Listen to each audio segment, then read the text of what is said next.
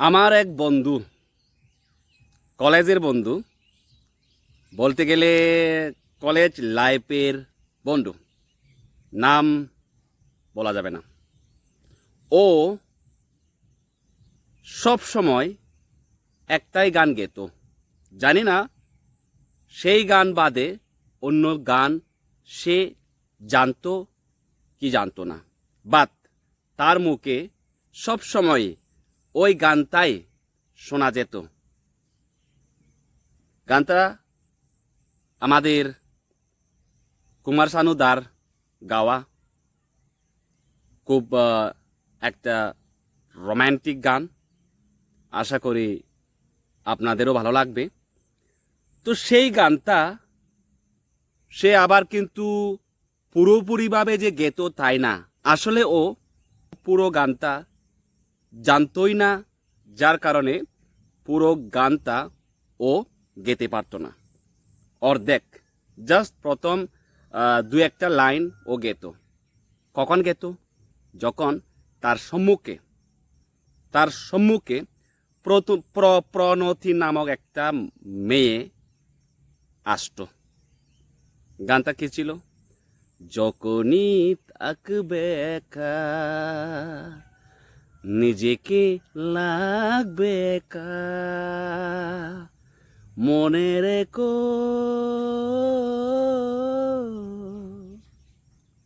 তুমি যে আমার, তুমি যে আমার। শুধু এইটুকু ও গেত, বাকি কি কি না ও জানতো না। মেয়েকে দেখার সঙ্গে সঙ্গেই যেই মাত্র সে মেয়েকে দেখতো, ওই গানটা শুরু করে দিত। যখনই থাকবে একা, নিজেকে লাগবে একা, মনে রেখো তুমি যে আমার, তুমি যে আমার। এখন কথা হলো গিয়ে, ও মেয়েটাকে ডাইরেক্টলি অর্থাৎ সরাসরি প্রপোজও করতে পারে না, শুধু গানের মাধ্যমে। মেয়েটি ভাবতো কি, ও তো জাস্ট একটা গানই গাচ্ছে, ও গানটা হয়তো বা ওর পছন্দের গান, যার কারণে ও গাচ্ছে। যখনই থাকবে একা, নিজেকে লাগবে একা, মনে রেখো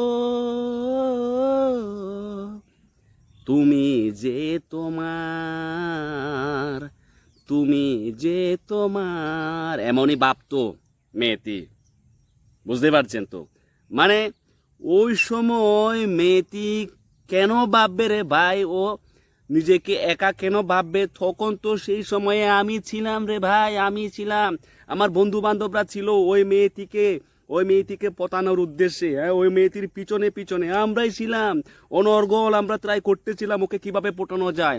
সেই মুহূর্তে যদি ওই ছেলেটা, অর্থাৎ মিস্টার সেই নাম না জানা বা নাম বলতে অনিচ্ছুক ব্যক্তিটার গান কে পাত্তা দেয়? ও মেয়েটি কি পাত্তা দেবে? ও যদি ডাইরেক্টলি বলে, হাই প্রণতি, আমি তোমাকে ভালোবাসি, আমি তোমাকে ছেড়ে বাঁচবো না, তোমাকে ছাড়া আমি মরেই যাবো, তোমাকে ছাড়া আমি বিষ পান করবো, তোমাকে না পেলে আমি হ্যাঙ্গিং অবস্থায়, ঝুলন্ত অবস্থায় নিজেকে বিসর্জন দেব, তোমাকে না পেলে আমি জিন্দিগি ভর মূত্র বিসর্জন করব না। এইগুলো তো বলতে হয়, তাই না? এগুলো না বলে শুধু মনে মনে প্রেম প্রীতি দয়া মায়া ভালোবাসা করলে কি ভালোবাসা পাওয়া যায়? পাওয়া যায়? পরিশেষে জানতে পারলাম,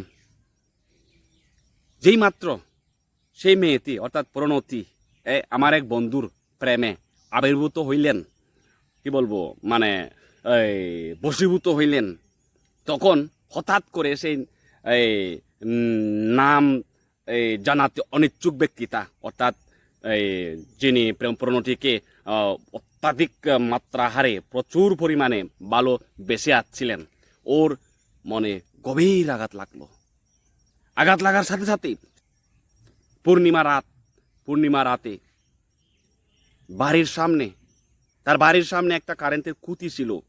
সেই খুঁটিতে গিয়ে তার ললাটটা এভাবে ঠাস করে লাগার পরে রক্ত ঝরার পর রক্তবিন্দু এভাবে এনে আমি তার চোখের সম্মুখে রেখে একটা গান শুরু করলাম। জ্বালা তোমার বুকের ভিতর জ্বালা, খেলেছে প্রণতি তোমার সাথে খেলা, অসহায় তুমি একেলা, এই জ্বালা তোমার বুকের ভিতর জ্বালা। যেই মাত্র আমি সে কথাটা বললাম, ও তৎক্ষণাৎ রেগে গিয়ে সোজা সেই প্রণতির বাড়িতে গিয়ে, প্রণতি তুমি আর কারো হতে পারো না, তুমি শুধু আমার, তোমার জন্ম আমার জন্যে, তোমার মরণ আমার জন্যে, আমার জীবন তোমার জন্যে, আমার আর তোমার দুজনের সংসার কেউ ভাঙচুর করতে পারবে না, আমাদের দুজনের মাঝে যে আসবে সে ধুলোয় মিশে যাবে। প্রণতি দেখে তো অবাক, বলল, ভাই কোন সময় তোর সাথে প্রেম করলাম রে? নাম জানাতে অনিচ্ছুক ব্যক্তিটা, অর্থাৎ সেই এই দেবদাস টাইপের যে প্রেমিকটা, এখন যার কথা বলছিলাম, জ্বালা বুকের ভিতর তোর জ্বালা, ওই ব্যক্তিটা কি বললো তখন? ওই ব্যক্তিটা বলল, আরে তোমাকে তো সেই কবে থেকে আমি একটা গানের মাধ্যমে প্রপোজ করে আসছিলাম, যখনই থাকবে একা নিজেকে লাগবে একা, মনে রেখো তুমি যে আমার, তুমি যে আমার। তারপর মনে রেখে গিয়ে বললো, আরে ব্যাটা ওইটা তো কুমার শানু গাওয়া গান, লোকে তো এমনিতেই গান গায়, তোর মন থেকে কি কোনোদিন বলিসিস যে তুই আমাকে ভালো ভাই? হ্যাঁ, তুই যদি আগে থেকেই বলতি তো আমি তোমাকে হ্যাঁ করে দিতাম রে ভাই, এখন তো অনেক দেরি হয়ে গিয়েছে। হ্যাঁ, আমার তো এদিক ওদিক ব্যাগ সব কিছু উহাই, এগুলো সব কিছু শুভ কাজ আমার হয়ে গিয়েছে, এখন তোর সাথে কিভাবে প্রেম করা যায়? ছেলেটা বললো, আমি নাই, বাই বাই।